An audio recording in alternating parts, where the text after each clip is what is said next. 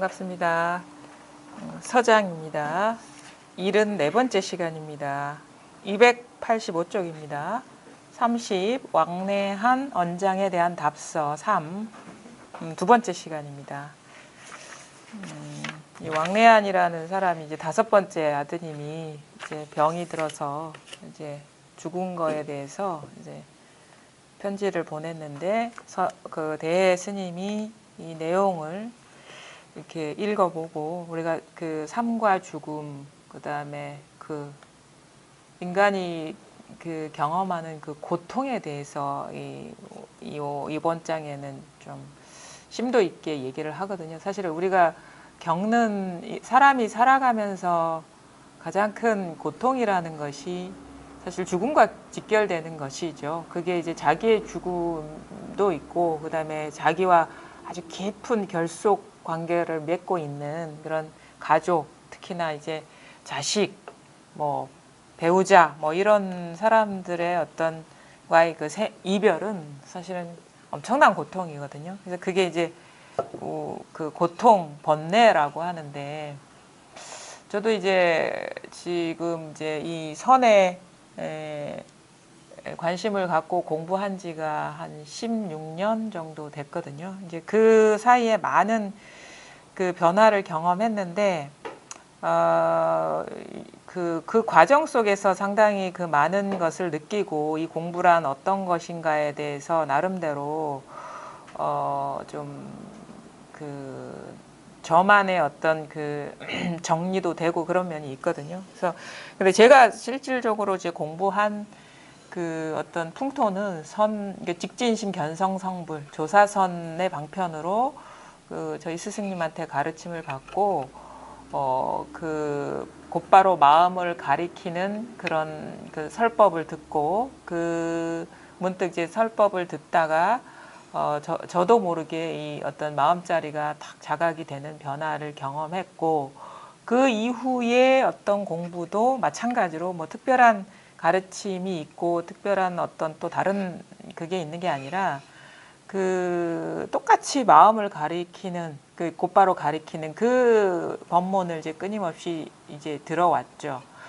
근데 좀 그러다가 보면은 이제 인간의 어떤 그 본연의 문제에 대해서는 뭐 동서양 아니면 동서고금을 막론하고 많은 사람들이 관심을 가지고 그 접근 방법이 다양한데, 제가 공부한 그런 풍토에서는 이제 중국 그 육조 스님 이래 전개되어 온 조사선의 방편 그 문화에서 이제 공부를 해왔고, 근데 이런 가르침 외에도 이 근원에 대한 가르침들은 뭐 초기 불교에서 말하는 그런 어떤 특히나 집착, 가래 문제에 대해서 많이 다루는 그런 내용들, 그 다음에 이제 뭐 인도 어떤 영성가들이 얘기하는 상당히 쉽게 풀어서 설명하는 그런, 그래서 처음에는 상당히 그런 것들이 와닿죠.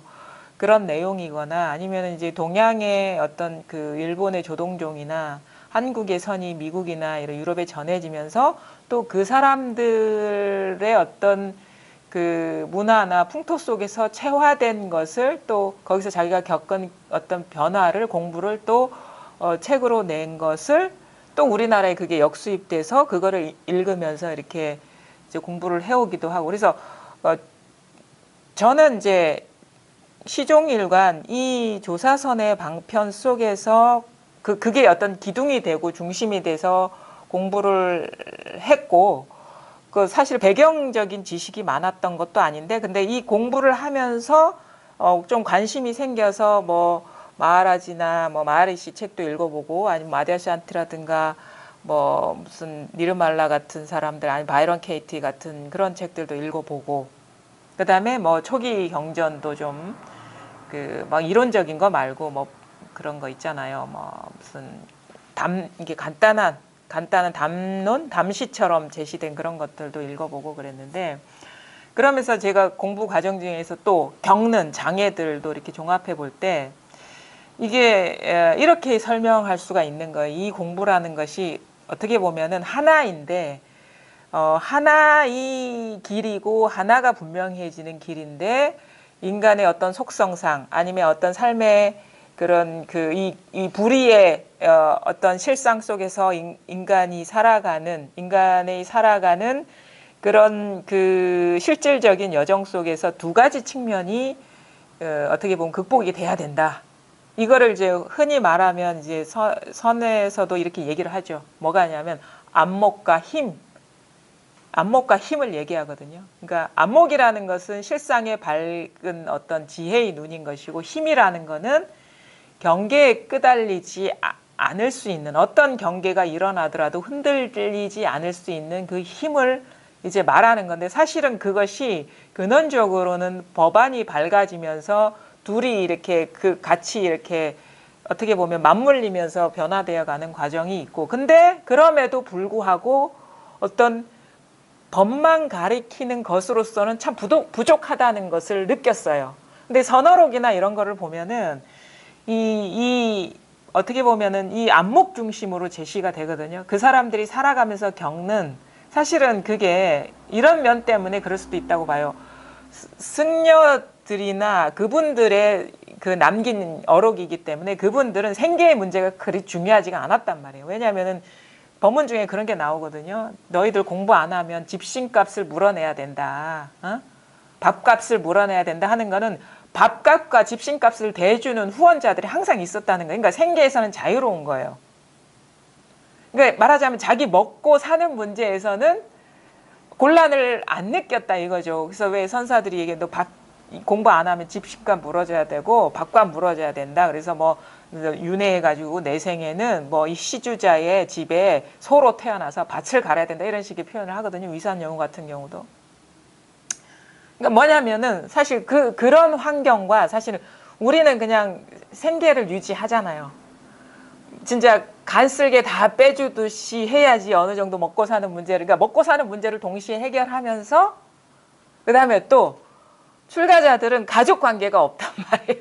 그러니까 혈연 관계라든가 아주 이제 끈끈하게 결속된 그런 어떤 그 장애들이 사실은 없죠. 그냥 뭐 그런 부담이 없잖아요. 그러니까 건사해야 될 가족도 없는 것이고, 뭐 자기 먹고 사는 것도 대신 해줄 사람이 있고, 오로지 공부만 하는 풍토 속에서는 환경적으로 우리가 처한 환경보다는 훨씬 끄달림이 덜할 것이고, 사실 법안이 밝아지면서 많은 부분들이 그냥 순식간에 개선되는 부분도 없지 않을 거고, 그 결국에 가서 물론 이제 죽고 사는 문제가 남아 있겠지만, 그 삶의 그 공부의 과정 속에서 덜 끄달리는 환경 속에서 공부한 것만은 사실은 사실이지 않을까. 근데 우리는 눈 뜨면서부터 가족 관계, 갈등 관계에 놓여 있고, 그 다음에 또 먹고 사는 문제 해결하려고 직장에 나아가야 되고, 사회에 나아가야 되고, 뭐, 이런, 그런 뭐냐면, 공부하면서 느낀 것이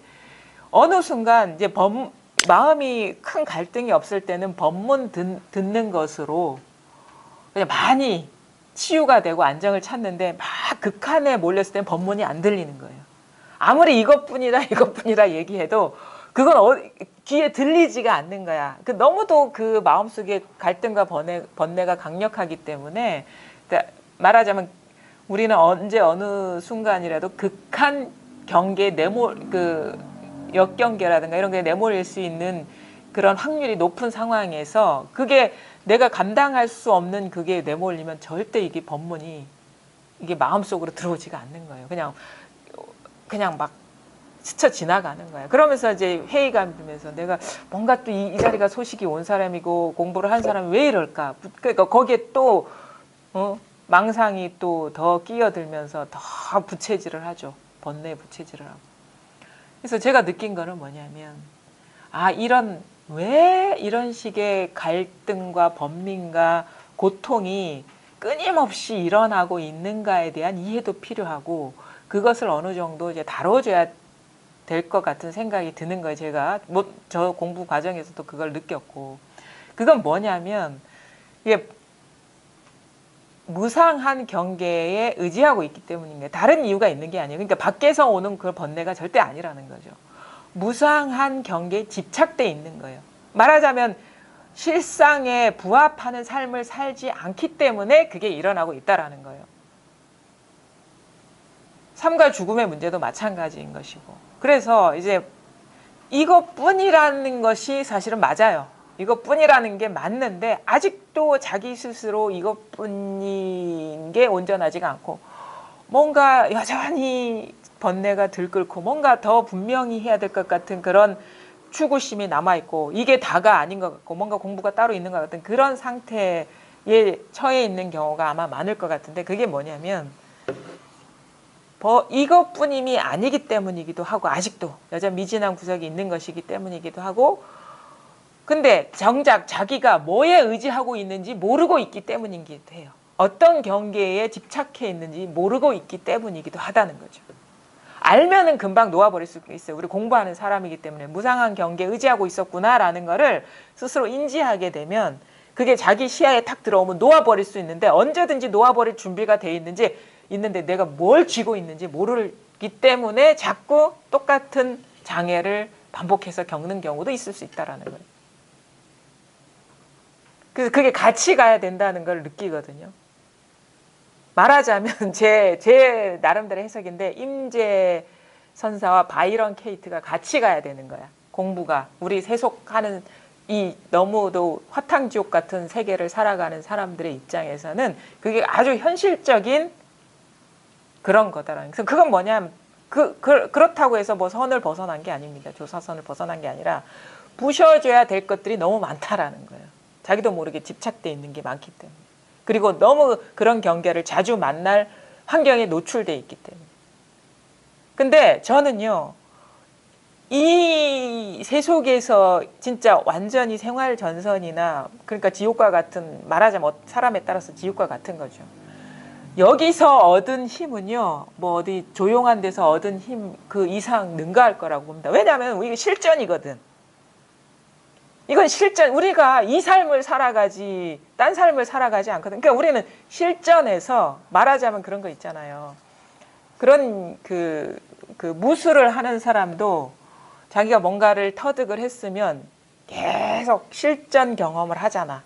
그냥 스파링 파트너하고만 보호된 환경에서 싸우는 게 아니라 이 사람이 어떤 기술을 갖고 있고 어떤 능력인지 알 수 없는 상황에 맞닥뜨리면서 계속 어떻게 보면 자기 실력을 늘려나가는 거예요. 그러니까 우리는 그러니까 공부를 하면서 순간순간 실전에 어떻게 쓰고 있다라는 거죠. 그러면 그 상황에선 상당히 치열해요. 너무 못 견디죠. 근데 그것이 온전히 자기의 힘이 되는 것이. 왜냐하면 이런 상황에서 늘 살아가기 때문에 우리가. 그래서 어떤 면에서는 우리는 복받은 사람이에요. 사실은 매 자기 공부를 시험하는 환경 속에 노출돼 있거든요. 사실 언제 죽을지 모르는 것이고 언제 가지 많은 나무에 바람 잘 날 없다고 언제 나와 긴밀히 결속돼 있는 사람이 어떤 일을 당할지 모르는 상황. 그래서 항상 그래서 이제 그러니까 또 그렇기 때문에 버거운 거야. 공부를 해내기가. 그렇기 때문에. 그래서 근데 여기에서 우리가 이 모든 어떤 장애를 극복해낼 수 있다면 그 어느 데서 공부하는 것 이상으로 우리가 이거는 자기 것이 되시지 이게 완전히 자기 힘이 되는 것이지 100% 자기 힘이 되는 것이지 뭐 여기서 뭐 어느 순간 빠져나간다거나 그러지 않는다는 거죠. 그래서 여러분은 그 얘기를 좀 해드리고 싶더라고요.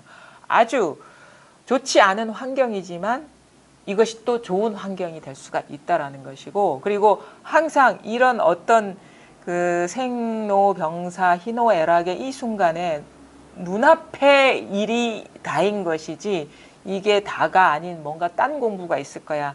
딴 경제가 있을 거야. 이것은 헛것이라는 것이고 환상이라는 거예요. 그리고 지금 이 상황을 직면하지 못하게 하는 에고의 술수라는 거예요. 절대 그런 공부 없습니다. 공부는 목전에 있는 거예요. 이게 시작이자 중간이자 끝입니다. 이게 답니다. 근데 자꾸 딴 데를 봐. 왜? 내가 기대했던 것 같지 않고 여전히 뭔가 불만족스럽고 불안전하고 눈앞에 보이는 경계들, 내 삶이나 아니면 주어진 인연이 경계를 따라가면 그러니까 완전함이라는 것은 어디 있냐면 경계를 따라가면 그게 아무리 깨달음에 대한 상이라도 그건 불완전한 겁니다. 왜냐하면 분별이라는 건 생리적으로 불완전을 잉태하고 있는 것이거든. 연기법이 그걸 설명하고 있는 거예요. 만약에 꽃이라 하면 꽃 아닌 것이 있어야지 꽃이 된다. 이게 분별이거든요. 그럼 깨달음이라 하면 깨달음 아닌 것이 있어야지 깨달음이 된다는 거예요. 그럼 아무리 깨달음에 대한 분별이라도 그거는 불완전한 거라는 거예요. 그 말은 뭐냐? 이름 붙여진 것, 경계 따라간 것, 대상화된 것에 마음이 떨어지면 그것 자체가 불완전한, 완전한 건 없습니다. 근데 그럼 뭐가 완전한 거냐? 그것의 본바탕은 그 모든 불완전함을 드러내고 있는 바로 이 마음은 언제나 완전하다는 거예요. 경계에 있지 않은 거예요. 완전함이라는 것은. 자기 자신, 모든 것을 창조해내고 있는 자신은 완전해요. 항상. 이 완전함이라는 거는 모든 불완전함을 다 머금고 있기 때문에 완전한 것이지 어떤 완전한 형태로서, 모나지 않는 형태로서 따로 있는 게 아니라는 겁니다. 바로 지금 여러분 본래 면목이 완전한 것이지 따로 어디 가서 완전함을 얻는 게 절대 아닙니다. 그럼 그 완전함이라는 건 뭐냐? 바로 지금 꽃을 보는데도 이것인 것이고, 꽃을 보는 내가 이것이라는 거 아닙니다. 꽃을 보고 있는 이 상황을 이것이 드러내고 있다라는 거예요. 꽃은 불완전하고 이걸 보는 나는 완전하다. 이거는 아니에요. 객관은 불완전하고 주관은 완전하다. 이 말이 아닙니다. 우리가 소위 주인공이라는 걸 잘못 해석하는 게 그런 거예요. 아, 모든 것이 내가 보고 있고 내가 경험하고 있는 거니까 주인공은 나구나. 이거는 진정한 그 선에서 말하는 주인공이 아닙니다. 그거는 주관의식. 그건 주관적인 경계인 것이지. 근데 이 진짜 주인공, 진짜 어떻게 보면 본래 마음은 내가 이 꽃을 보는 경험을 통째로 이게 드러내고 있다라는 이것이 바로 주인공이라는 거예요. 선에서 말하는. 그러니까 주객 이전이라는 거예요. 주객 이전. 그러니까 그럼 말하자면 나와 세계가 이것이라는 것이지 세계는 경계고 나는 주인공이고 그게 아니라는 겁니다. 그건 주객간이 벌어진 주관이라는 경계, 객관이라는 경계에 떨어진 것이죠. 그래서 여기에서는 말하자면 제가 법문 중에 자꾸 얘기하죠. 이겁니다.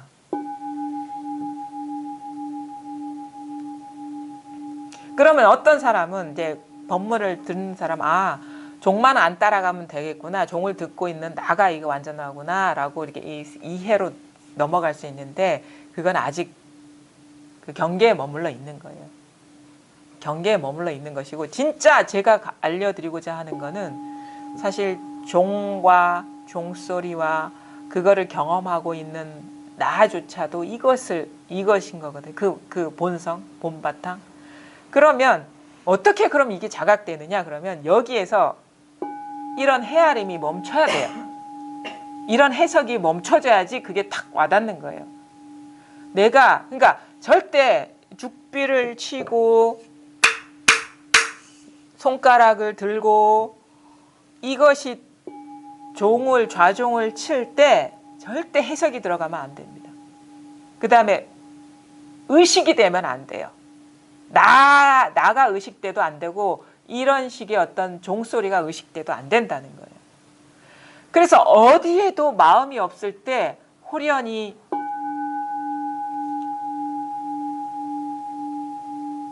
마치 말하자면 그런 거죠. 우리가 마음이라는 게 있잖아요. 그러니까 말하기 의식이라고 합시다. 주의라고 합시다. 주의가 우리는 항상 어떤 거에 가 있어요. 보통 세계에서는 이렇게 종 치면 종의 주의가 가 있고 손가락을 들면 손가락의 주의가 가 있고 아니면은 어떤 낯선 환경에 딱 놓여지면은 뭐 거기에서 낯선 사람들이 있고 낯선 환경이 있는데 그 사람들을 통해서 주의가 나한테 와 있어. 내가 어떻게 비춰질까? 내가 어떻게 행동해야 될까? 주의가 나한테 와 있어요. 근데 우리가 이 체험의 순간에는 주의가 나한테도 와서도 안 돼, 머물러서도 안 되고 보여지는 대상에 와 있어도 안 된다는 거. 이거는 마음이 주한 거거든요. 머물러 버린 거. 그러니까 이 체험의 순간에 보면은 마음이 무중력 상태. 어디에도 주의가 안 갈 때 확 이게 확 와닿는다 해야 되나? 그래서 그 순간에 사람들은 얘기하죠. 나도 이거와 보여지는 거와 하나하나처럼 여기는 한 판이더라. 내가 이거 경험을 하고 있는 게 아니라 그래서 내가 없더라. 경험을 내가 없더라. 그 말은 뭐냐면 이 형상이 다 있긴 있는데 나도 마치 대상과 같더라. 그래서 나와 종이 하나더라. 이런 식의 자기도 모르게 그런 식의 어떤 이게 표현이 나오거든요.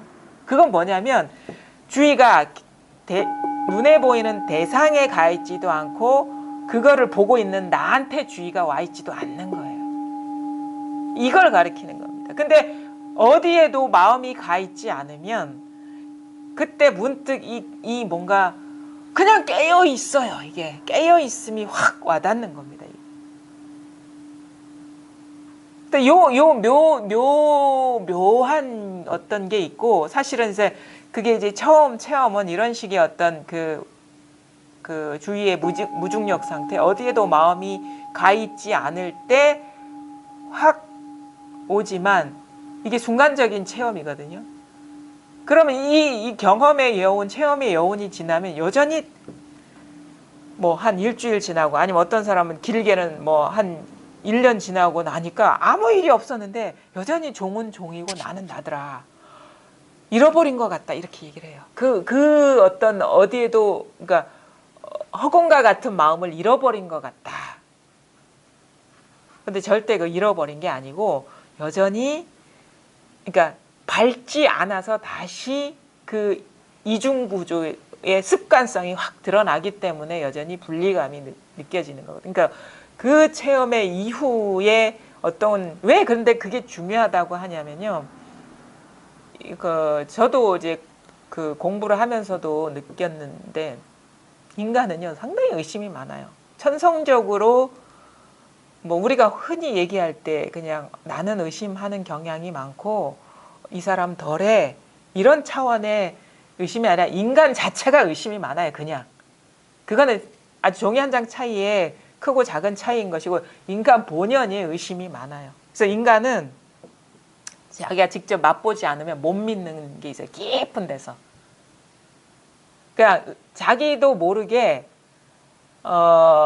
말로는 믿는다 하죠. 저는 선생님을 믿고 가르침을 전적으로 믿고 더 이상 다른 길이 없다는 걸 알고 저는 여기서 그냥 뼈를 묻겠습니다. 저 이런 얘기하는 사람 많이 봤어요. 근데 그런 얘기하는 사람일수록 오래 안 가더라고. 왜냐하면 이해합니다. 왜냐하면 자기 스스로가 몸소 이게 체험이 안 오면요. 인간은 구조적으로 이렇게 깊은 데서 못 믿고 있어요. 그래서 저도 처음에 공부를 할 때 아주 그때는 저희 그 스승님은 그냥 손가락만 들었거든요. 이렇게 한다고 이겁니다 한다거나 이게 탁자만 친다거나 그러면 맞아 이것뿐이야. 지금 눈앞에 있는 이것이고 모든 과거도 이것이고 미래도 이것이고 현재도 여기서 생각하니까 일어나잖아. 이거 바로 이 손드는 여기 이거뿐이지 뭐가 있어? 그래 했어요. 받아들였어. 근데 나중에 탁 와닿고 보니까 내가 못 믿었구나 이거를. 그런 게 탁 오는 거예요. 그냥 단지 여기 아무런 뜻도 그러니까 잘 보십시오. 제가 그때 겪었던 장애를 제가 얘기를 할게요. 이겁니다 할 때요. 이게 다예요. 뜻이 있는 게 아니고 지금 눈앞에 보이시죠 거사님? 이게 답니다. 이게 뜻에 이걸 받치고 있는 어떤 그 도라는 게 없습니다. 이게 답니다. 이게 다라고. 만약에 이거는 생각이 필요 없는 것이죠 거사님. 근데 이게 아닌 뭔가가 있을 것이야 라고 만약에 여겨지죠. 뭐가 있을 것 같지 않습니까? 예. 그렇죠? 뭔가 있을 것 같죠? 예. 뭐가 있으려면은 지금 이거는 아무런 노력도 필요 없이 있잖아요. 근데 뭐가 있을 것 같으면 자기가 생각을 했거나 상상을 했거나 그런 일이거든요. 지금 이 순간에서. 이거는 아무런 노력 안 해도 저절로 드러나. 근데 이게 뭐가 있을 것 같은데 아직 내가 못 보고 있어. 이런 느낌이면은 만약에 그런 게 있다 치면은 이것 이면에 뭐가 있다 치면 내가 못 보는 게 있다 치면 그건 노력을 해야 되잖아요. 마음을 써야지 그걸 알게 된단 말이에요. 어느 순간이라도. 근데 그건 마음을 쓴 거는 다 허상이라는 거예요. 그거는 상상이라는 거예요. 상상. 무슨 말인지 알아듣습니까? 노력을 해야지 얻어지는 것이라는 겁니다. 인위적이고 무의적이지. 당연하죠. 그거는 유의법이고 조작이고 그거는 무의법이 아니라는 거예요. 무의법이라는 건 아무런 노력이 필요 없다라는 거거든요. 그럼 지금 노력이 필요 없는 거 눈 뜨면 저절로 보이고 저절로 들리고 아무런 뜻은 없어요. 그냥 이런 변화들이 일어나고 있잖아요. 이건 내가 노력 안 해도 그냥 저절로 있는데 그냥 여기에서 그냥 다 일어나고 있지 않습니까? 그냥 여기에서 이게 다라는 거고 만약에 근데 그럼에도 불구하고 내가 이걸 있는 그대로 탁 받아들이지 못했던 이유는 뭐가 보이지 않는 뭐가 있을 것이라는 사실 보이지 않는 것도 망상입니다. 우리가 한 생각 이렇게 해야지 보이지 않는 게 있고 그런 거 아닙니까? 그러니까 말에 속은 거라는 거죠. 아무런 노력 없이 있는 것이라야지 우리가 안심할 수가 있습니다. 노력 안 해도 있어야 돼. 노력 안 해도 있어야지 우리가 안심할 수 있지. 노력할 때만 있으면 우리 안심 못합니다. 조금이라도 노력이 필요한 거는 안심할 수가 없어요. 거기에 모든 걸 맡길 수가 없다라는 거죠. 그럼 바로 지금 그래서 제가 느꼈던 건 뭐예요? 손가락 들 때 뭐가 있을 거야. 이 생각 때문에 이게 안 됐던 거예요. 내가 지금 액면 그대로 경험하는 이거 외에 뭐가 있을 것이야. 그 한 생각, 뒷생각에 떨어져서 여기에 정확하게 초점이 안 맞았다는 것을 알게 된 거예요. 그래서 아이 바보 멍청이 그냥 이건데 뭐 그래서 내가 그때 이 선사나 이런 분들은요 우리가 보통 사람들 그러니까 진짜 믿어야 돼요. 진짜 믿는 거. 우리가 세속 살아가면서 믿는 거는 그 진짜 믿는 게 아닙니다. 나는 너를 믿어. 나는 죽을 때까지 믿을 거야.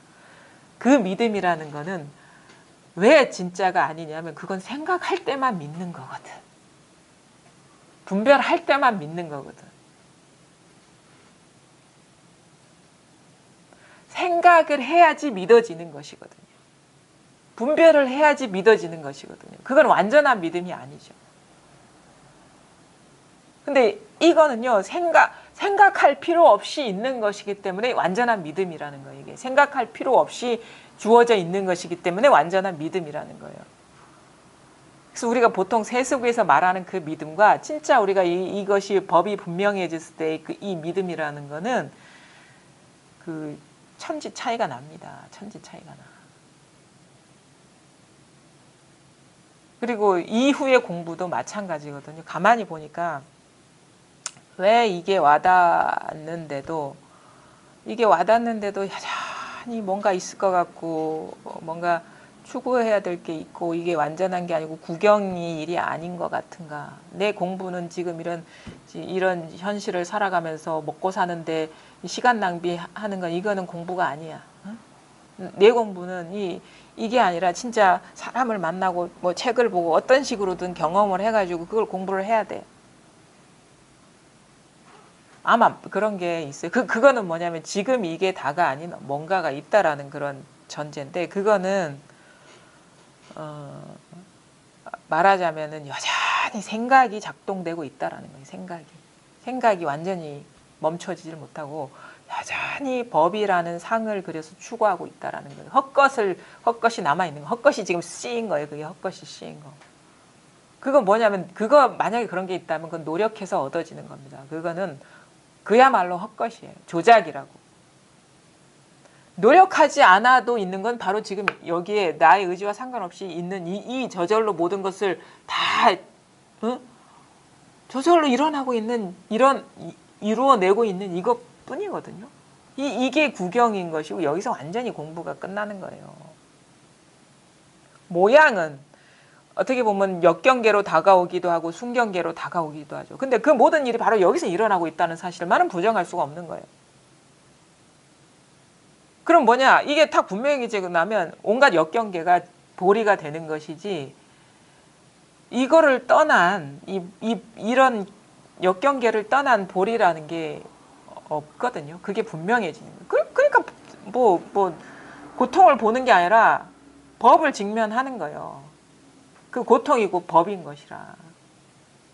이런 식의 전환이 오면은 진짜 어떻게 보면은 참 분명히 괴로운데 괴로움이 없구나, 이런 식의 그 변화가 오죠. 그런 변화가. 하여튼간 잘 보십시오. 사람에 따라서 일단은 이게 이겁니다. 이건데 생각이 끼어들면 안 됩니다. 그냥 만약에 이게 와닿지 않는다면 집에 가서 한번 잘 보십시오. 진짜 노력하지 않아도 있는 게 뭔가에 초점을 맞춰야 되는 거예요. 만약에 지금 주어지지 않은 거라면 다 생각한다. 이 생각이 노력이거든요. 생각이 노력이라는 걸 몰라. 생각이 조작이라는 걸. 자꾸 생각해야 되는 것은 노력입니다. 그런데 그거는 환상이니까 그러면 그거는 헛것이야. 그럼 바로 눈앞에 있는 것이라는데, 그러면 그냥 내 의지와 상관없이 그냥 저절로 일어나는 게 뭐냐. 저절로 주어진 게 뭐냐. 요거에만 초점을 맞추시면 돼요. 저절로 있는 거. 그러면 가만히 있으면 소리도 저절로 들리고 사물도 저절로 드러나고 저절로 모든 것을 다 하고 있는, 이게 딱 순간적으로 와닿을 겁니다. 문득 늘 쓰고 있기 때문에 문득 오는 거예요. 노력해서 오는 게 아니에요. 어느 순간 탁 뭔가 이런 식의 어떤 그 모양에 탁 마음이 없을 때 확 와닿는 것이고, 그 다음에 또 제가 말씀드리고 싶은 거는 이것이 와닿고 나서도 여전히 미흡하단 말이에요. 근데 사람에 따라서 제가 보니까 사람에 따라서 이런 어떤 장애들을 빨리 극복하는 사람이 있고 그렇지 않은 사람이 있는 게, 그 어떤 막다른 손 쓸 수 없는 경험을 일찍 하느냐 늦게 하느냐의 차이인 것 같아요. 보니까 딱 와닿고도 어떤 사람들 보면 확실히 이제 그 어떤 분별 망상이나 추구심이 확 떨어져 나간 사람이 있고, 이게 와닿고 오랜 시간이 지났는데도 여전히 뭐가 추구해야 될 게 있고 이게 다가 아니라는 그런 망상을 하고 있는 사람이 있거든요. 근데 가만히 보면은 사람이 어떻게 보면은 우리가 만나는 인연을 분별심으로 어느 정도 케어할 수가 있어요. 극단적인 상황이 아니면, 극단적인 경계가 아니면 생각으로도 합리화시킬 수가 있고, 말하자면 뭐 우리가 나가서 뭔가 뭐 지나가던 행인한테 뭐 안 좋은 얘기를 들었다, 아니면 뭐 뒤통수를 얻어맞아 크게 다쳤다, 아니면 가다가 접촉사고를 냈다. 그럼 사람들이 이렇게 합리화해. 오늘은 재수가 없구나. 근데 뭐 살다 보면 이런 일도 있지. 이제 이런 안 좋은 인연이 있으면 이제 좋은 인연도 올 거야. 이런 식으로 해서 넘어가. 어떤 사람은 또 그렇지, 호사다마라고 우리 집에 경사가 있었는데 그 큰 경사가 오려면 이런 식의 접촉사고, 이게 어떻게 보면 호사다마이기 때문에 그걸 대신해서 이런 식으로 한 게 천만다행일 수 있겠다. 그러면서 그게 큰 장애가 아닌 것으로 합리화해서 넘어갈 수가 있어요. 그런 능력이 뛰어난 사람이 있습니다. 합리화가 뛰어난 사람이 있어요. 그런 사람은 웬만한 경계에서는 크게 흔들리지 않아요. 그리고 이게 준비도 잘하고 예측도 잘하고 분별이 뛰어난 사람일수록 더 그런 경계들을 쉽게 넘어갈 수가 있어요. 특히나 거사님들은 이런 지력이 발달돼 있고 예측 능력이나 판단 능력이, 상황 판단이 민첩하기 때문에 오히려 잘 넘어갈 수가 있어요. 아는 것도 많고, 그래서 그 정보로 대치할 수가 있고 합리화를 잘하거든. 성향이 그렇다는 거예요. 모두 다 그런 건 아니고. 아니 근데 잘 보십시오. 이런 사람도 언젠가는 극한의 상황에 맞닥뜨립니다. 어떤 상황이 극한 상황이냐? 인간의 삶에서 봤을 때 죽음을 앞뒀을 때 이 죽음은 대화가 안 돼. 합리화가 안 되는 거야. 그 다음에 절대 나의 어떤 그리고 어떤 극한 상황을 만나면 내가 설득을 해서 그 상황을 좋게 바꿀 수도 있어요. 내 능력으로 사람을 설득한다거나 상황을 잘 어떻게 보면 이끌 수가 있는데, 내 말이 안 먹히는 경계가 있어. 도저히 대화가 안 되는 그런 경계가 있는데 매일 만나야 되는 거야. 어쩔 수 없이. 대화가 안 되고 설득이 안 되고 꽉 막혀가지고 말하자면 그게 이게 무문관이죠. 꽉 막혀가지고 도저히 내 뜻대로 상황이 통제가 안 되는 상황. 그러면 어떻게 보면 근데 살려니 그 사람을 매일 만나야 되고 아니면 그 상황을 매일 직면해야 되고 내가 살려니 매일 만나야 돼. 살려니 매일 그 상황을 직면해야 돼. 근데 전혀 대화가 안 돼. 전혀 내 뜻대로 통제가 안 돼. 그게 바로 강력한 경계라는 거예요. 우리 그런 거 있잖아요. 예를 들어 우리도 이제 공부하시다 보면 아주 극한의 경계에 내몰린 분들도 만나게 돼요. 예를 들어 가지고 이제 그 남편분이나 자식분이 불치의 병에 걸려서 항상 붙어 있어야 돼. 뭐 단 5분 거리도 멀리 떨어지면 안 돼. 근데 이분이 언제 돌아가실지 알 수가 없는 그런 상황이에요. 이 삶이 언제 종지부를 찍을지 알 수가 없는 거야. 근데 나는 이 상황 때문에 어디 자유로울 수가 없어. 어디 밖에 나갈 수도 없어. 근데 도의적으로 이 사람 버릴 수가 없어. 어디 보낼 수가 없는 거야. 이거는 내 양심으로는 허락이 안 되고 주변 상황도 용납이 안 되는 거야. 그래 모시긴 모셔야 되고 케어하긴 케어해야 되는데 대신에 내 자유가 아무것도 없는 거야. 이게 그야말로 무문관이죠.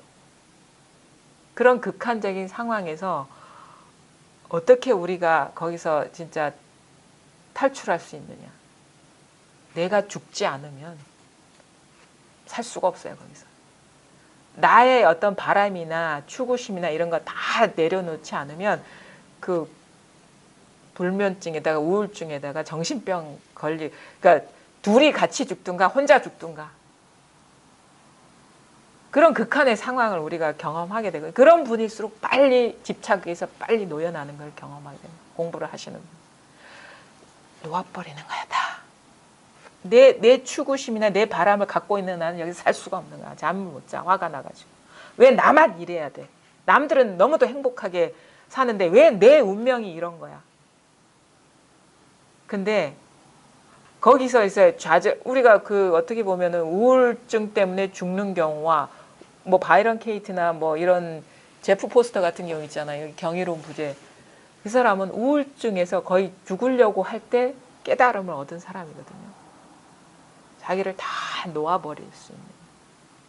사실은 우리가 공부하면서 그 만공 스님도 얘기했잖아요. 체험하기 전에도 한 번 죽어야 되고 체험하고 나서도 한 번 죽어야 된다 하는 말이 그건 거예요. 이거 뭐냐면 완전히 자기의 어떤 추구심이나 바람이나 가치 기준이 다 무너져 내리는 게 거기서 말하는 죽음이거든요. 그것을 빨리 죽게 만드는 상황이 있고 너무도 어떤 분별심이나 이런 자기가 갖고 있는 역량이 좀 뛰어나가지고 그 상황을 자기 위주로 막 케어해 가다가 어느 극단적인 상황에서 뒤늦게 말도 안 되는 상황에 직면해서 자기를 내려놓게 되는 상황이 되고 그런 거거든요. 사람은 그걸 알 수가 없습니다. 그래서 그냥 체험하고 문제가 없으면 공부가 된 줄 알아요. 근데 진짜 우리가 진짜 죽을 고비를 한번 맞아봐야 된다 하는 것이 그거거든요. 뭐 왜냐면 다 알아듣고 뭐 이것뿐이라는 거에 대해서 뭐 나는 의심의 여지가 없는 것 같아. 근데 극한에 딱 시달려 보면 그때서야 자기 공부의 미천이 딱 드러나는 거예요. 근데 결국에 가서는 죽어야 되는 공부거든요. 그러니까 이게 그래서 이제 요즘 가끔 들어요. 왜냐면 죽어나가는 공부가 결코 쉽지가 않거든. 처음에는 도를 깨치면 좋다고 하고 뭐 진짜 이게 바로 인간 본연의 행복이다. 맞죠. 법을 깨치고 법답게 살아가면은 그게 이제 행복이라는 건 그건 부정할 수가 없어요. 근데 거기까지 가려면 나를 보살펴서는 안 되고 자아감이라든가 아니면 내가 원하는 것, 내가 바라는 것 아니면 내 뜻대로 살려는 이 마음이 죽지 않으면 그게 안 된다는 거예요. 그래서 공부하다 보면 내가 원인이었구나라는 걸 알게 되는 거예요.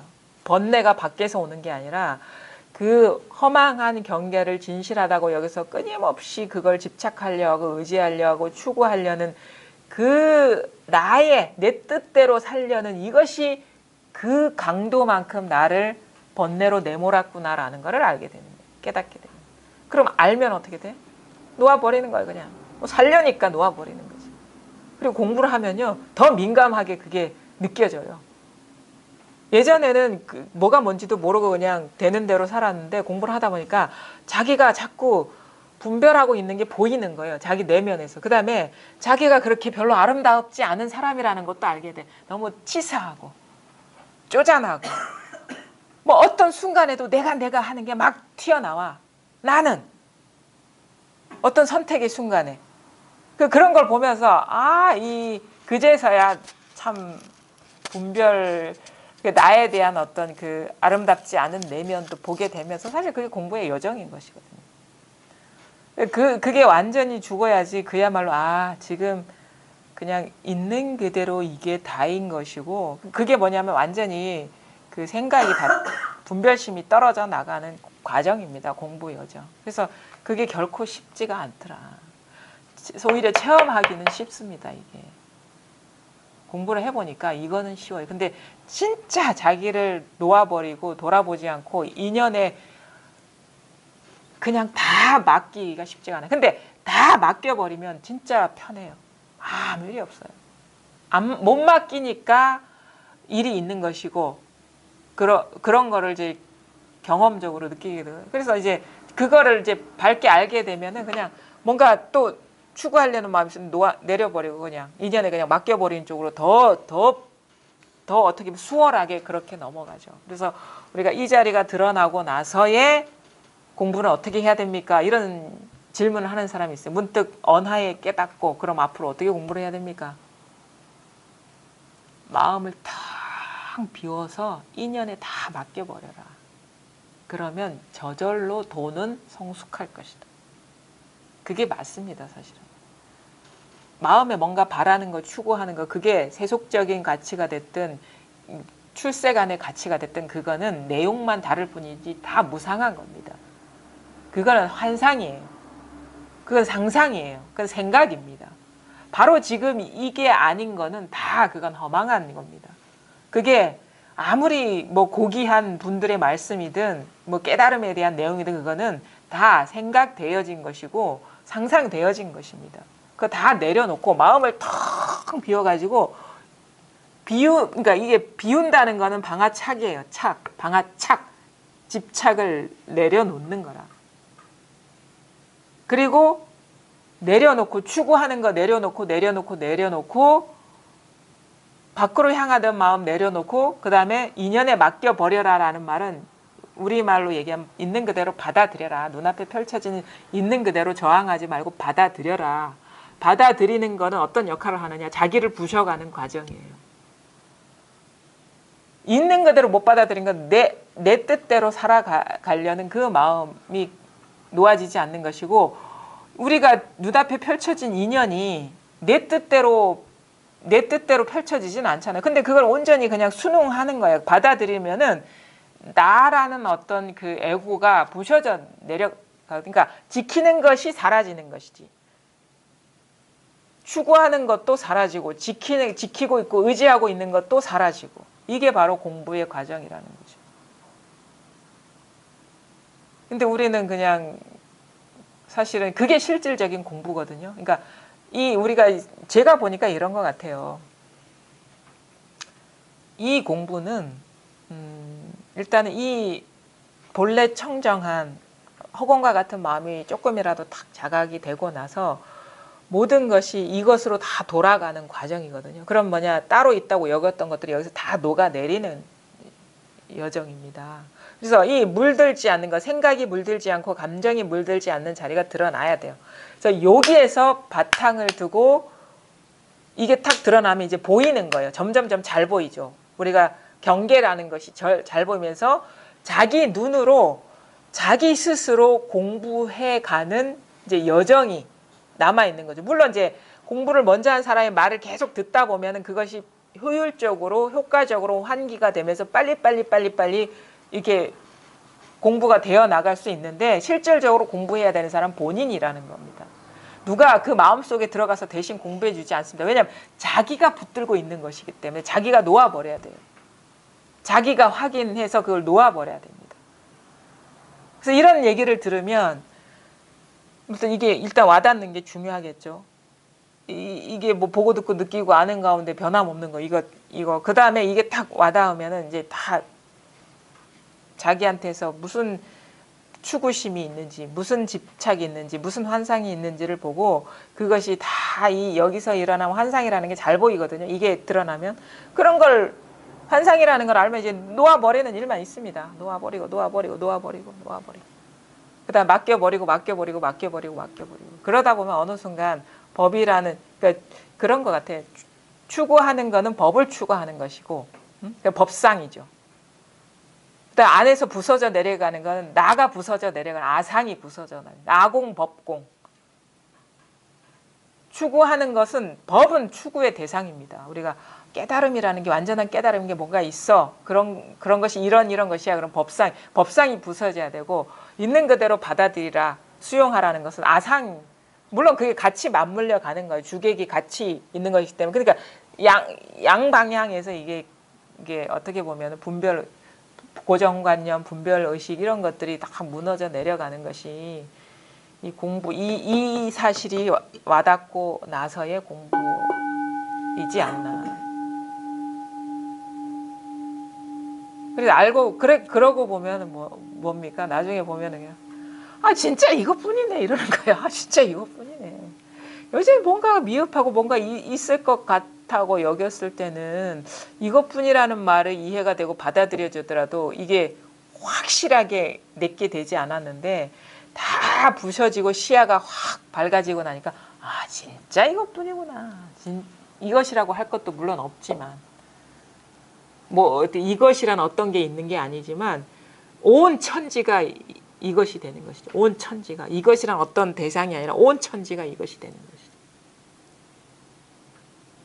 그래서 실질적인 공부를 해나가야 되는데 그 과정 중에 여러 가지 혼란도 있을 수 있고 그리고 한 번도 가본 길이 아니기 때문에 제대로 가고 있는지도 모르고 그래서 근데 어느 정도 가다 보면 자꾸 밖으로 이 공부를 했다는 걸 드러내고 싶고 과시하고 싶고 말하고 싶은 욕구들이 싹 사라지면서 그 모든 관심이 자기한테로 돌아와요. 자기한테 무슨 일이 일어나고 있는지로. 그러니까 절대요. 자기 공부의 증명을 남한테 의탁하지 마십시오. 남이 인정하고 인정하지 않고는요. 내 삶의 문제를 해결해 주지 않습니다. 절대. 자기 스스로 의심이 없어져야 되고 자기가 증명을 해내야 됩니다.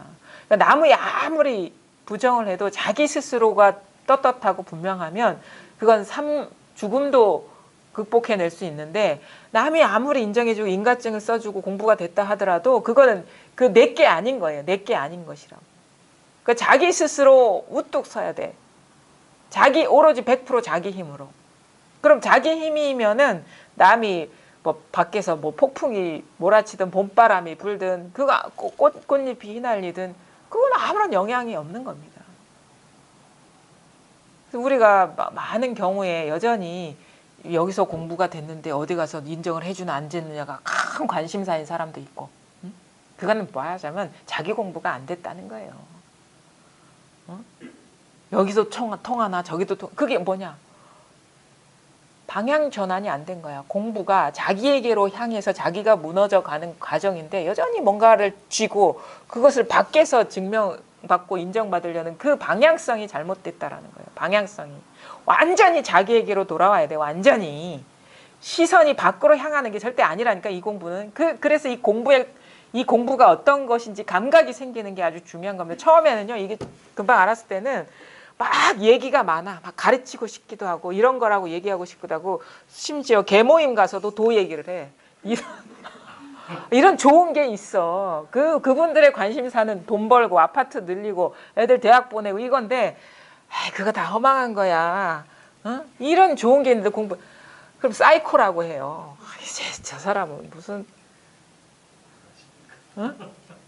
근데 이제 나중에는 그게 뭐냐면 진짜 누울 자리를 보고 발을 뻗으라고. 절대 그게 그분이 듣는 사람들이 준비가 안 되면요. 절대 이게 안 들어와요. 자기는 진짜 중요한 게 지금 돈이고 재물이고 아파트 평수인데 이게 아무것도 눈에 보이지도 않는 게 그게 눈에 들어오겠습니까? 관심이 거기에 꽂혀 있는데. 근데 어느 순간 그 사람들도 왜냐하면 이 무상한 거에 의지하는 삶은 언젠가는 무너지게 돼 있거든요. 그때가 오면은 얘기해주면 그때 귀에 들어오는 거예요. 자기가 경험해 봤기 때문에 아 이런 게 아파트 평수도 결코 이게 나를 구원해 주는 게 아니구나. 돈이 많다고 해서 몇 조가 있다고 해서 내가 마음이 편안해지는 게 아니구나. 행복해지는 게 아니구나. 뭐 1조 있으면 2조가 더 부러운 것이고 2조 있으면 3조가 부러운 것이고 이거는 왜 그러냐. 분별심의 프레임에 갇혀있으면 다 그렇게 됩니다. 분별심의 프레임에 갇히지 않으면 그냥 밥 한 끼 먹는 것으로도 만족할 수가 있게 되는 거예요. 근데 요즘 밥은요 다 국가에서 다 먹여줍니다. 쌀 없으면요 다 억지로 갖다가 해줘요. 안 죽게 한다고. 국가가 죽이면 이제 국가의 잘못이기 때문에 사람이 굶어 죽으면. 요즘은 굶어 죽는 사람, 그러니까 제도가 다 그런 거는 마련돼 있잖아요. 그래서 어떤 분은 그런 얘기 들은 거 있어요. 뭐 일을 하시다가 산재를 겪었어요. 그러니까 이제 그 산재 보험이 나는 거. 아, 자기는 이제 굶을 일이 없다고 너무 좋다고. 왜냐면 국가에서 먹고 사는 거 다 해결해 주니까 뭐 임대주택도 주고. 그런데도 행복하단 말이야. 돈이 얼마나 많은 사람보다도. 그래서 그걸 보면서 아 이게 어떤 환경이나 조건에 있는 게 아니구나. 근데 여전히 그 환경이나 조건에 마음이 가 있으면 그럼 항상 불만족스럽고 불행한 거예요. 제가 가만히 보면은 뭐가 문제냐면 뭐가 불행하게 하느냐? 내가 처한 조건도 아니고 아니면은 나여서 아니면 나의 인연이 그래서가 그런 게 아니구나. 경계에 머물러 있는 그것이 바로 불행이구나라는 거랍니다. 마음이 경계로 향해 있느냐 아니면 본래 자리에 있느냐. 그것이 불행이구나. 불행과 행복의 그 차이구나. 경계에 가 있으면 경계라는 건 차별 세계거든요. 더 높은 거, 더 귀한 거, 더 좋은 거 이렇게 시선이 경계에 따라 흘러가게 되고 경계에 가 있지 않으면 그게 눈에 보이는 것이 뭐이든 간에 아무 상관없어요. 그냥 그 자체로 그냥 불만족이 없는 것이지. 그런 거를 이제 많이 느끼게 됩니다. 그게 그런 거 있어요. 또 이전에는 세속적인 어떤 것들이 문제가 됐다면 이제는 그게 문제가 안 돼. 이제는 공부가 안 된 것이 문제가 돼. 공부가 나를 짓누르는 게 되는 거야. 그건 왜? 여전히 경계에 가 있기 때문에 그런 거예요. 진짜 공부라는 건 경계에 가 있지 않아요. 저 가끔 만납니다. 나는 세속에 아무 불만이 없대. 아무 불만이 없고 뭐 그냥 다 지금 상황에 그 세속적인 조건에 그 불만족이 없는데 딱 나를 잠 못 자게 하는 거니 공부가 안 된 게 잠 못 자게 한다는 거예요. 그 30년 40년 앉아 있고 밤마다 가서 그 낮에 일 다 하고 밤에 어떻게 암자에 가가지고 절에 가가 선방에 가 앉아 있는데 공부가 안 된다. 1, 2년도 아니고 수십 년. 근데 나는 그게 공부가 안 돼서 죽을까 봐 너무 두렵다는 거예요. 똑같아요. 돈이 없어서 죽을 것 같은 사람과 공부가 안 돼서 죽을 것 같은 사람 똑같아요. 왜? 내용이 다를 뿐이지 다 경계에 떨어져 있다라는 거는 똑같은 거라는 거죠. 그러면 괴롭습니다. 공부가 안 된 사람은. 얼마나 괴롭겠어요. 경계에 마음이 가 있기 때문에 그렇다는 거예요. 바로 지금 이것뿐이다. 완전히 자기에게로 돌아와서 세지 않아야 된다. 그게 뭐 구경에 대한 깨달음이든 아니면 세속적인 그것이든 간에 이게 밖으로 새어나가지 않고 왜? 밖에 거는 다 무상한 그냥 모양은 다 무상한 것이기 때문에. 근데 이 변함없는 이것만이 진실한 거예요. 그래서 완전히 여기에서 완전히 쉬게 되죠. 완전히 쉬게 추구심이 완전히 끊어져 버려요. 지키는 것도 없고 추구하는 마음도 완전히 끊어져가지고 그냥 여기에 그냥 있는 거예요. 항상. 눈에 보이는 대로 진실한 거야. 그게 괴로운 물결로 일어나든 행복한 물결로 일어나든 그게 진실한 거예요. 전혀 부족함이 없어요. 전혀 부족함이 없다고. 그거를 여러분이 진짜 몸소 체득하시기를 바랍니다. 오늘 한번 이 내용을 보겠습니다. 286쪽입니다. 그러나 번뇌할 바로 그때에 이 번뇌가 어디에서 일어났는지 자세하고 철저히 따져서 찾아보십시오. 만약 번뇌가 일어나는 곳을 찾을 수 없다면 지금이 이 번뇌는 도리어 어느 곳에서 올 수가 있겠습니까? 번뇌하는 바로 그때에 번뇌가 있는가 없는가, 번뇌는 헛된 것인가 진실한 것인가 하고 거듭거듭 탐구해 보면 마음은 갈 곳이 없습니다. 생각하고자 하면 다만 생각하기만 하시고 울고자 하면 다만 울기만 하십시오. 울고 또 울고 생각하고 또 생각하여 마음속에 수많은 은혜롭고 자애로운 습기를 모두 털어버리면 자연히 물이 물로 돌아가듯이 나의 번뇌 없고 생각함 없고 근심 없고 기쁨 없는 본래 면목을 회복할 것입니다. 이제 그 왕래한이 아들 를 잃은 그 아픔 그거에 대해서 그게 번뇌니까 그 괴로울 때 너무도 슬프고 괴로울 때 그 바로 그때 이 번뇌가 어디에서 일어나는지를 자세하고 철저히 따져보십시오. 이거는 뭐 모든 사람한테 해당되는 겁니다. 사실 우리가 이거를 깨닫지 못하더라도 그 번뇌뿐 아니라 그냥 뭐 좋은 생각이 일어날 때도 이게 어디서 일어나는가, 아니면 뭐 눈에 하늘이 보일 때도 이게 어디서 일어나는가, 땅이 보일 때도 이게 어디서 일어나는가 가만히 보면은, 그리고 번뇌, 특히나 우리는 가장 그 괴로워하고 공부를 촉진시키는 에너지가 이 번뇌지 않습니까? 그러니까 번뇌가 일어날 때 어디서 일어나는지 자세히 철저히 따져보십시오.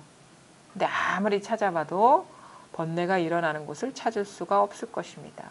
찾을 수가 없다면 바로 그때 번뇌가 있는가 없는가, 번뇌는 헛된 것인가 진실한 것인가 하고 거듭거듭 탐구해 보면 마음은 갈 곳이 없습니다. 그러니까 우리가 이게 여기에서 일어난다라고 얘기도 하기도 하지만 일어나는 곳이 없다라고 얘기도 하거든요. 일어나는 곳이 없다.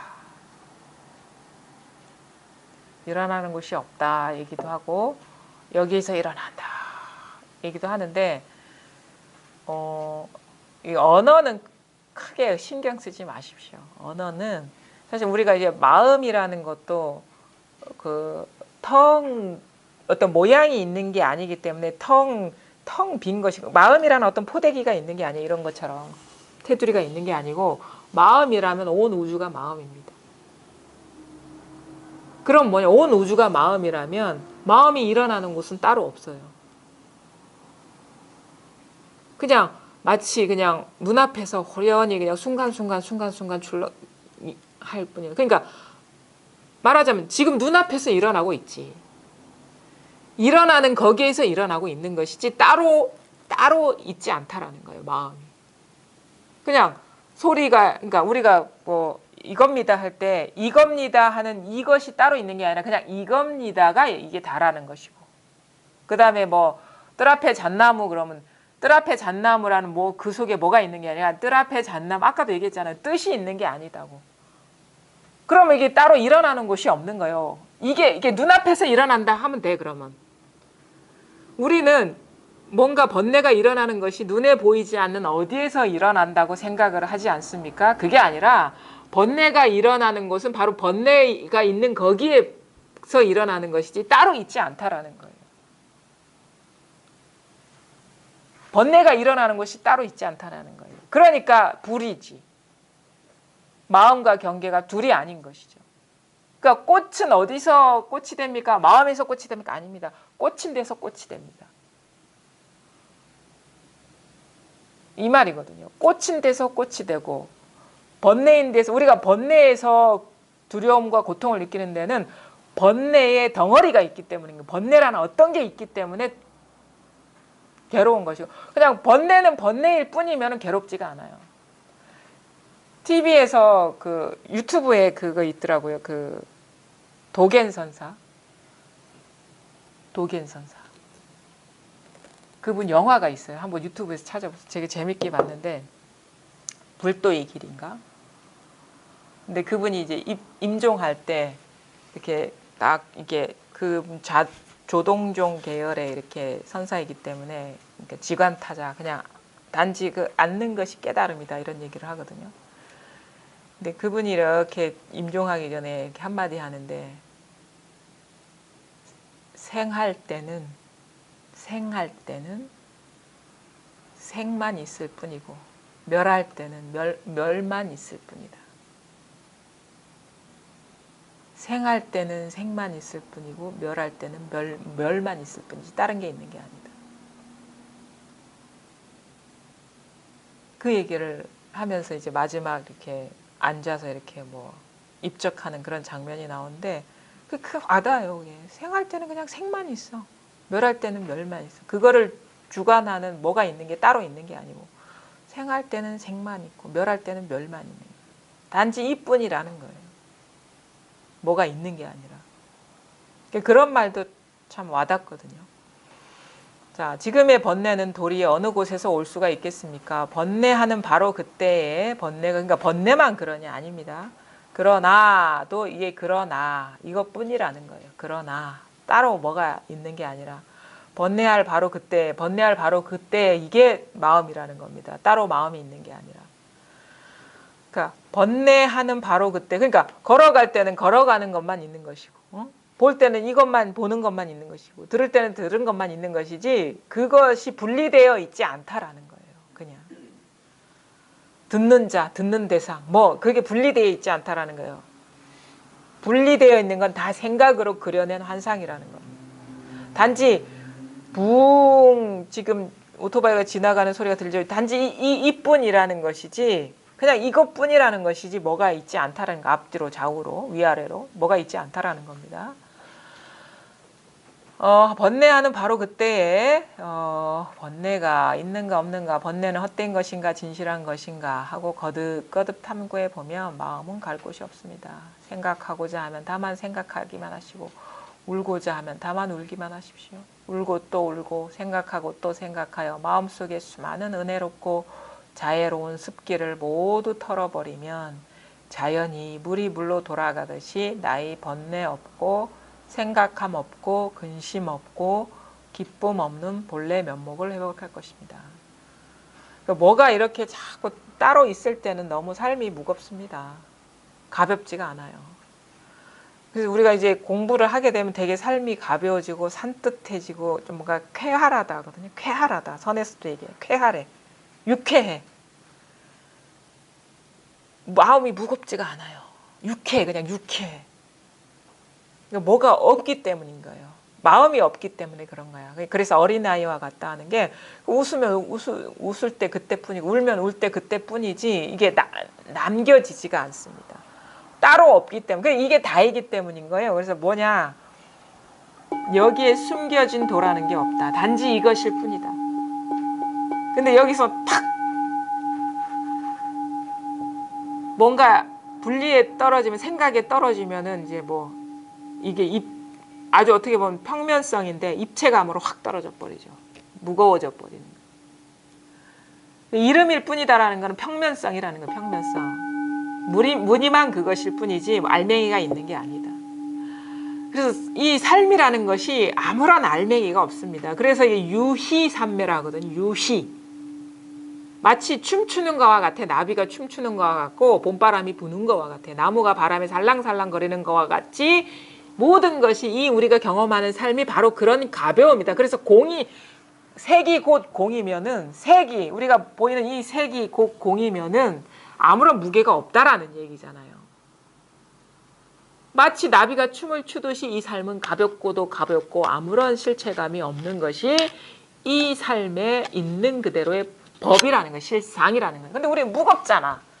뭐가 있잖아. 무거운 이유는 뭐야? 자기 마음속에 뭐가 따로 있다라는 그 한 생각을 믿어버리기 때문에 무거운 거예요. 단지 그 생각이 일어나고 있을 뿐이지 생각에 아무런 알맹이가 없다라는 거예요.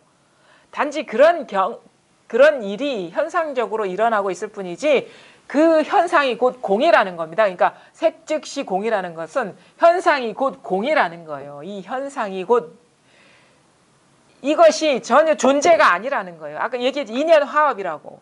감각의 조합이라고. 감각이 어우러져. 감각이 어우러졌다는 거는 우리가 그것만, 이게 감각적인 세계라는 것은 아무것도 없다라는 얘기잖아요. 단지 감각만 있을 뿐이고, 거기에 뭐 때문에 무거워지냐? 생각이 자꾸 의미를 부여하고 존재감을 부여하는 거예요. 얘는 누구고, 얘는 뭐고, 이런 식으로 딱딱딱딱 분절시켜서 따로 분리시켜 놓아버리기 때문에 존재처럼 여겨지는 거예요, 이게. 근데 이게 감각의 소산인 거 아시잖아요. 거기다가 생각이 붙여지고 감정이 더 씌워지면서 나라는 강력한 존재가 되고 남이라는 강력한 존재가 되고, 그 다음에 왜 그런 것을 우리가 경험하냐? 가장 의미를 부여하는 사람은 무거워. 나와의 관계에서도 자식이 무겁고, 배우자가 무겁고. 근데 저 멀리 저 서울에 사는 김모 씨는 안 무거워. 그렇지 않나요? 만약에 그게 객관적인 존재라면 똑같아야지. 그러니까 집착이 존재를 만드는 것이지, 그 의미 부여거든요. 집착이라 의미 부여고 존재감을 부여하는 것이 그 존재감일 뿐이지 존재가 아니라는 거예요. 그것이 존재를 만드는 것이지, 거의 12연계에서도 그 얘기하거든요. 객관적으로 그 존재가 있는 게 아니다. 그래서 깨어나라, 깨어나라. 생각에서 깨어나라. 허상에서 깨어나라. 그 파조타 화상, 그 우리 공안에도 나오는데, 파조타 화상 어느 그 저기 오대산인가 어디에 그 암자가 있는데, 그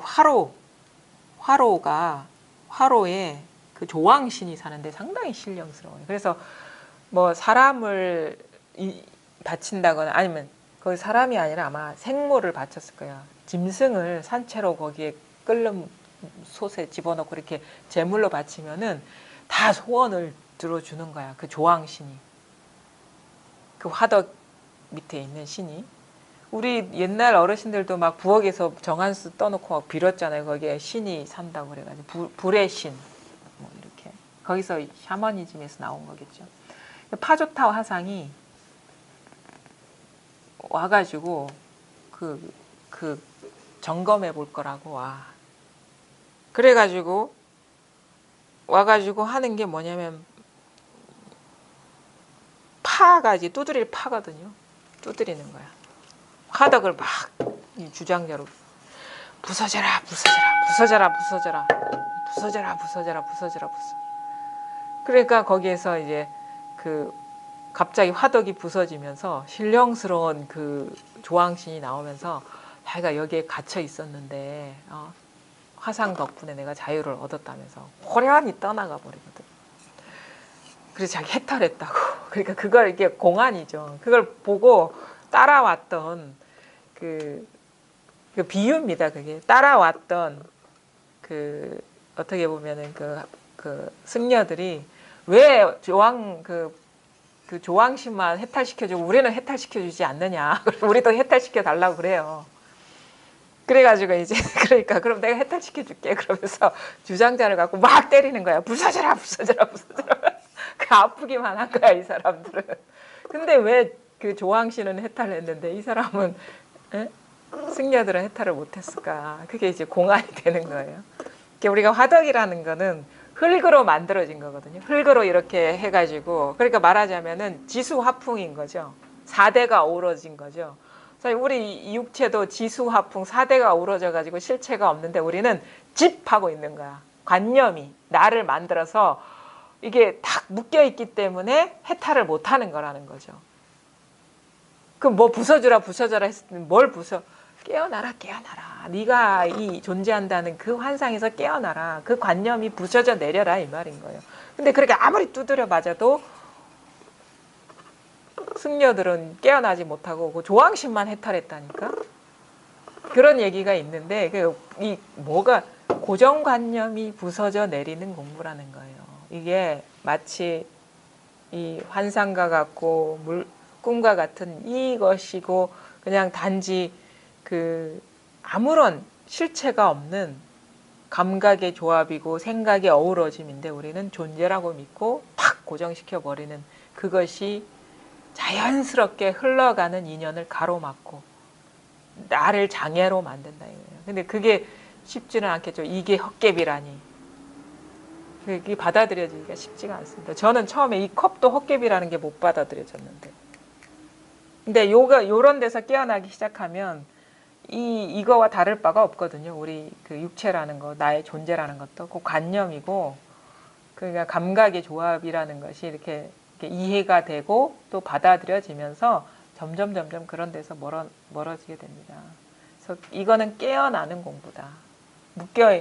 내가 고정화시키고 관념화시킨 그것이 과연 실제 하는지 그 밑바닥을 잘 보고 그게 한 생각이라는 걸 알고 놓아버리고 그 고정관념이 어떻게 보면 실제가 아니라는 것에 밝아지고 이런 공부라는 거죠. 그래서 뭔가 친다, 뭐 백추를 친다, 아니면 죽비를 친다 하는 거는 이게 깨어나라는 신호입니다. 정신 차리십시오. 생각에서 깨어나십시오. 경계에 사로잡히지 마십시오. 본래 마음으로 돌아가서 보면 이게 환상과 같다는 것이 여실히 보일 것입니다. 예, 오늘 공부 여기까지 하겠습니다. 수고하셨습니다.